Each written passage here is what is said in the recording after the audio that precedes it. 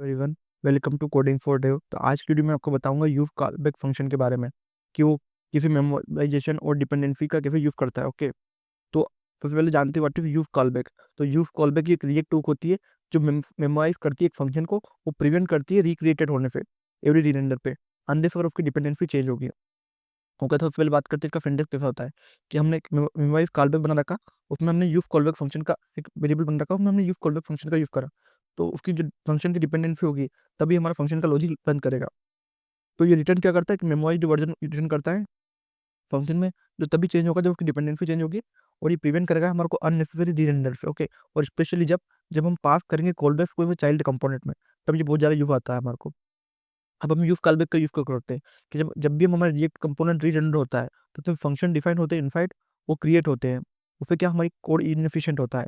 तो हम क्या करते हैं, हम पास करते हैं एक फंक्शन जो मेमोराइज करे चाइल्ड चाइल्ड कंपोनेंट, जैसे रिएक्ट डॉट मेमो है, तो उसका यूज करते हैं।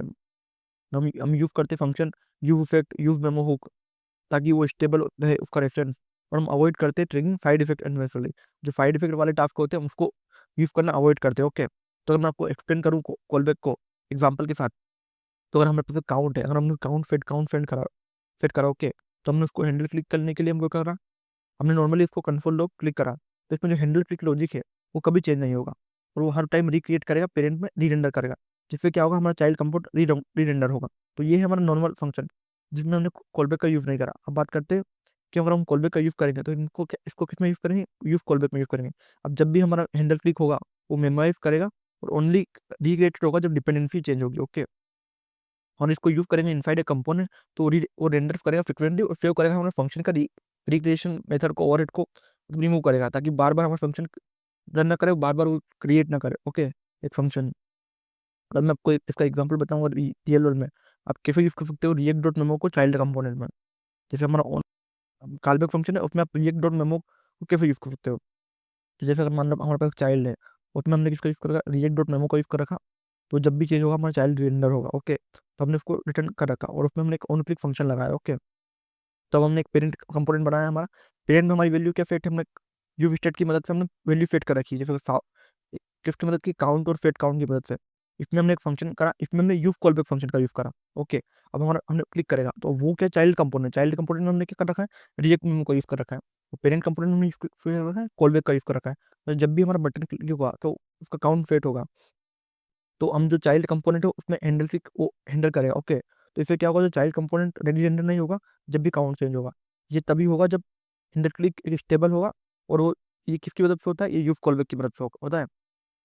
ओके, तो अगर मैं इसका रियल वर्ल्ड केस बताऊंगा, सबमिट करेगा एक हैंडलर को, जिस वक्त हमने एक हैंडलर को सबमिट करते हैं, तो हम इसमें यूज कॉलबैक का यूज करते हैं। तो इससे क्या होता है, वो इवेंट और प्रीवेंट डिफॉल्ट रहता है। तो कोई भी रिक्वेस्ट एपीआई जाती है तो वो डिलोड नहीं करता डाटा। तो इसमें हमने वैल्यू क्या दी, फॉर्म डाटा, जब भी रिक्रिएट होगा जब हमारा फॉर्म डाटा चेंज होगा। ओके, तो ये इसमें मैंने आपको समझाया। अब बात करते हैं कॉमन मिस्टेक्स की जो करते हैं, जो यूज कॉलबैक को हर फंक्शन में यूज नहीं करना, उसको तभी यूज करना जब हमको प्रोप में रिएक्ट डॉट मेमो या डिपेंडेंसी रहे, तभी हमको उसका यूज करना चाहिए।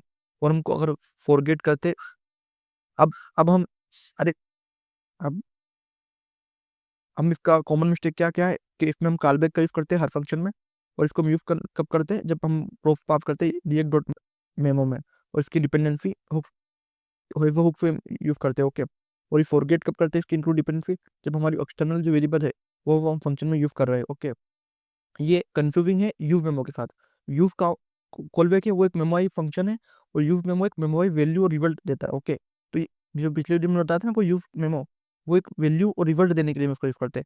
और यूज कॉलबैक क्या एक फंक्शन है मेमोरी, जो एक उसके अंदर की फंक्शन की वैल्यू उसको कॉलबैक रखता है। ओके, अगर मैं आपको इसकी समरी बताऊं, तो अगर इसमें फीचर्स क्या क्या है, तो इसका पर्पस क्या है, मेमोराइज करना एक फंक्शन को, और इसकी डिपेंडेंसी अरे क्या, ये डिटरमाइन करता है ये फंक्शन रिक्रिएट होगा कि नहीं होगा।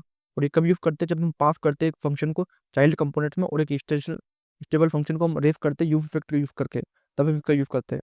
और जिसकी कॉमन काई के लिए, रिएक्ट डॉट मेमो के लिए, यूज इफेक्ट के लिए, यूज मेमो के लिए हम इसका यूज करते हैं। ओके, और ये रिटर्न क्या करता है, ये एक फंक्शन रिटर्न करता है जिसमें कंप्यूटेशन नहीं होता। ओके, तो अगर इस वीडियो में आपको कुछ भी डाउट है, मैंने आपको में डिटेल में बताया यूज कॉलबैक क्या होता है, और आपको यूज कॉलबैक कब यूज़ करना चाहिए, और अब इसको कैसे यूज़ कर सकते हो। तो अगर आपको इस वीडियो में कुछ भी डाउट है तो आप कमेंट कर सकते हो, और इसी तरीके की और वीडियो देखने के लिए कोडिंग फॉर डेव को सब्सक्राइब करो। Thank you for watching.